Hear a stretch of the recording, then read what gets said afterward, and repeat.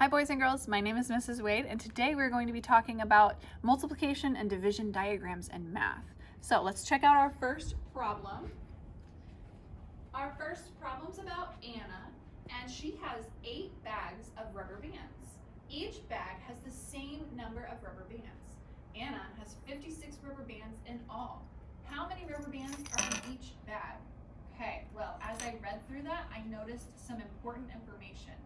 So I noticed that she has 8 bags, and I noticed that each bag has the same number, and I noticed that she has 56 rubber bands in all.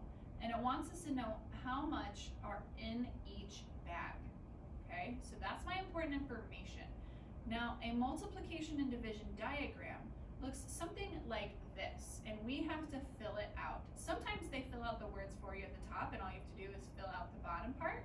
But in our case, we're going to practice filling out the words at the top and filling out the bottom part. So in our diagram, our first box is going to tell us the groups. So, well, we have groups of what? What are our groups? Well, I noticed the word bags.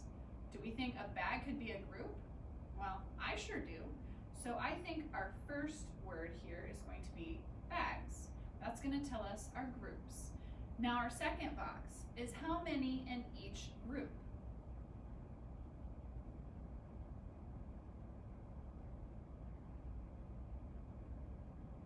As we can see, it says the word per here.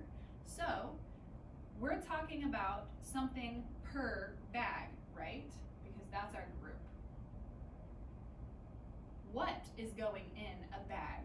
Well, if we read our story carefully, we see that we want to know how many rubber bands are in each bag. So I'm going to say this is going to be rubber bands per bag.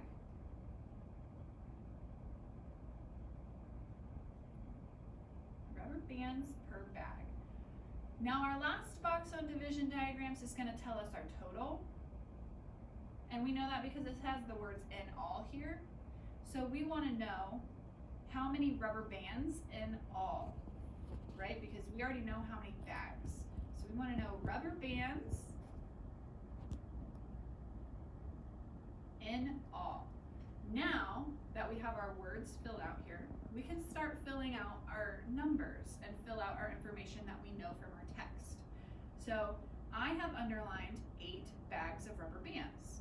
So where do we think our 8 is going to go? Is it going to go under bags, rubber bands per bag, or rubber bands in all? 8 bags.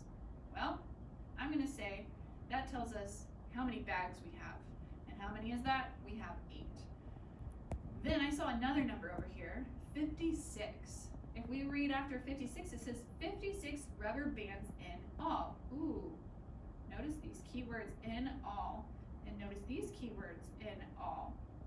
I'm guessing that tells us how many rubber bands there are in all.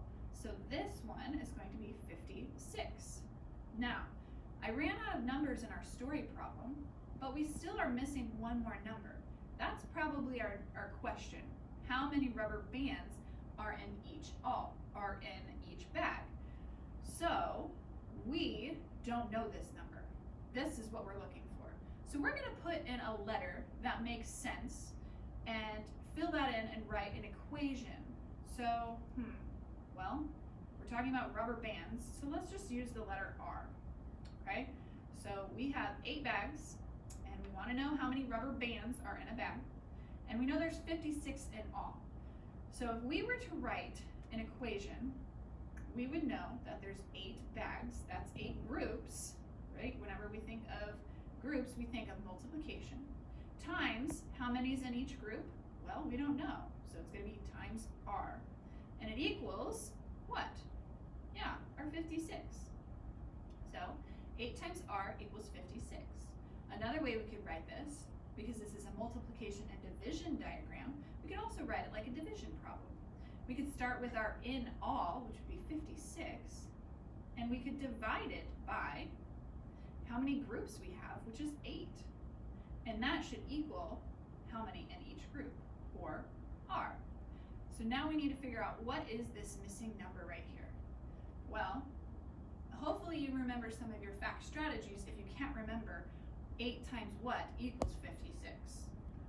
I know off the top of my head, I can remember 8 times 8 equals 64.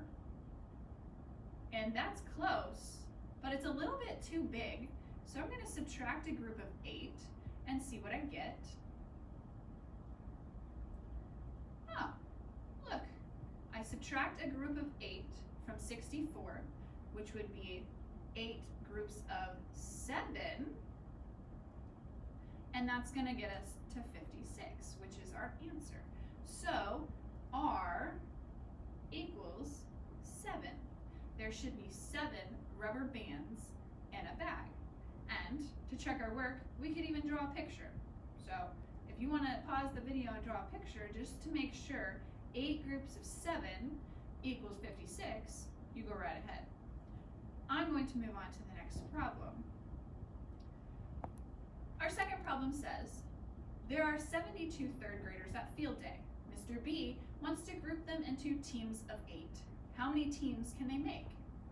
Now, if we remember from our problem up here, in our diagram, our first box tells us groups, right? So what are our groups we're talking about in this problem?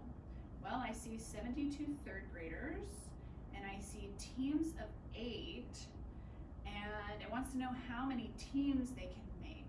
Okay, so I'm going to say, our groups would be teams. Just like up here, our groups were bags. Here, our groups are teams. So it wants to know how many, our middle box is going to tell us how many in each group. So we want to know third graders per team in our middle group.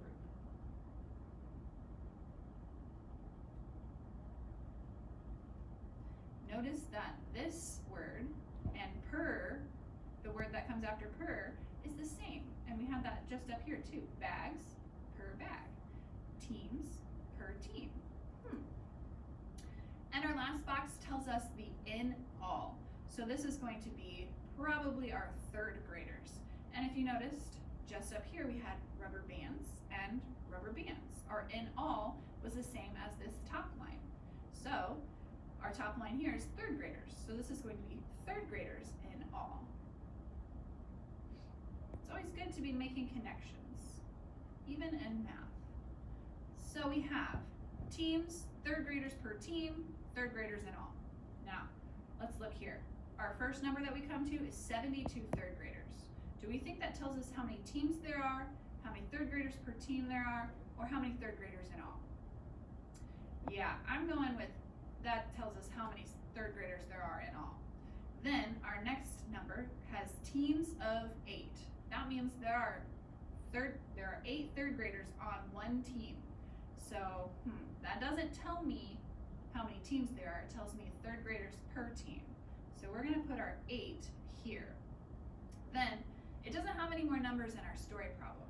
So we're going to come up with a letter to represent teams, and so that we can create a number model to solve this problem.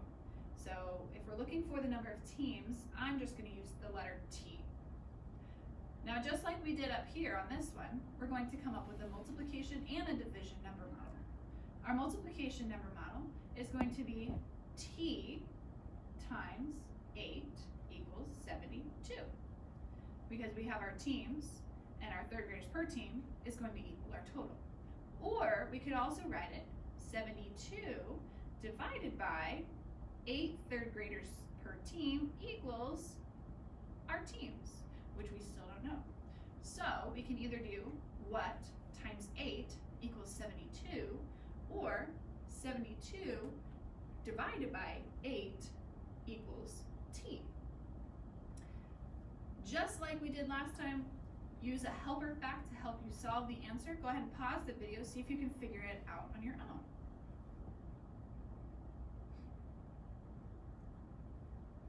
All right, you should have got T equals 9. So the number of teams we have should be 9 teams. There are 9 teams with 8 third graders on a team, and there are 72 third graders in all. All right, we're gonna do this last one. and I want you, after I get done reading it, I want you to pause the video and I want you to try it on your own, and we're gonna walk through it together, okay? So go ahead, after I get done reading, pause the video. There are 6 fruit bowls and a total of 54 oranges to divide equally among the bowls. How many oranges should be placed in each bowl? Okay, go ahead and pause the video if you think you understand multiplication and division diagrams, and see if you can fill out this diagram on your own. If you can't, you can watch a little bit further, and I'm gonna help you fill out the top part, and then we're gonna fill out the bottom part together. So if you think you can do it all on your own, go ahead and pause the video now and try it. And if you think you need a little help filling out the top part, you can just go ahead and keep watching. So I have 6 fruit bowls and a total of 54 oranges, and we're dividing them equally among the bowls. How many oranges will be in each bowl?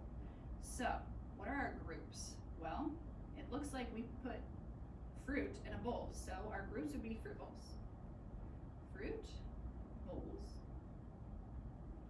Then our in all, it looks like total of 54 oranges. So it looks like our in all is going to be oranges.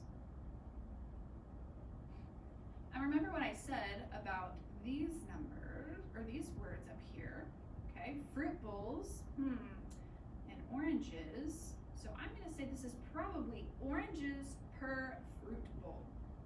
All right, oranges per fruit bowl.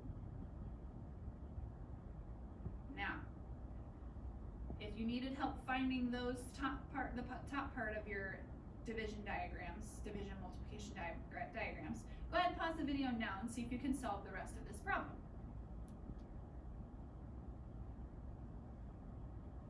Okay, the first step you would do would be to figure out what numbers you already know. Well, we know there's 54 in all, and we know there's 6 fruit bowls, and that leaves a nice big O for oranges. So we don't know how many oranges go in each bowl. Then our number models, we could have 6 times O equals 54, or 54 divided by 6 equals O. If you weren't able to get that on your own, see if you can pause the video and try to figure out what O equals. How many oranges would there be per fruit bowl? If you said O equals 9 oranges, you would be correct. You are becoming a division and multiplication diagram master. I am proud of you, and good luck on your assignment today.